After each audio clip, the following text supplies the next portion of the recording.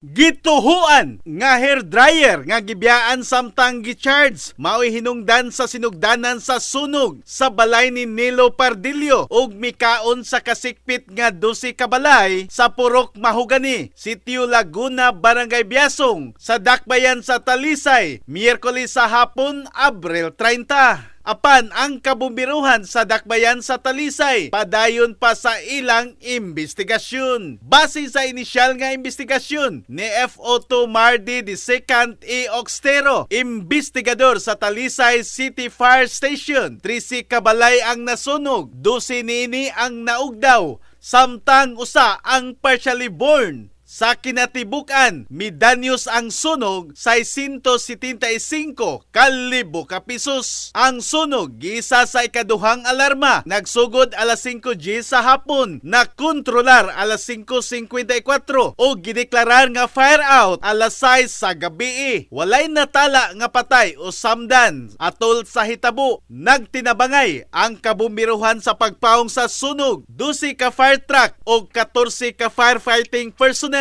naglangkob sa Cebu City Fire, Minglanilla, Chinese Volunteer Tanker o CDRRMO Tanker sa Cebu City. Ang mga apektadong pamilya sa sunog sa Barangay Biasong kasamtangang gipahimutang sa usa ka gym sa Barangay Puok sa Talisay City. In the heart of changing lives. Ako si Brigada Alan Tangkawan sa 90.7 Brigada News FM Cebu, the Music and News Authority.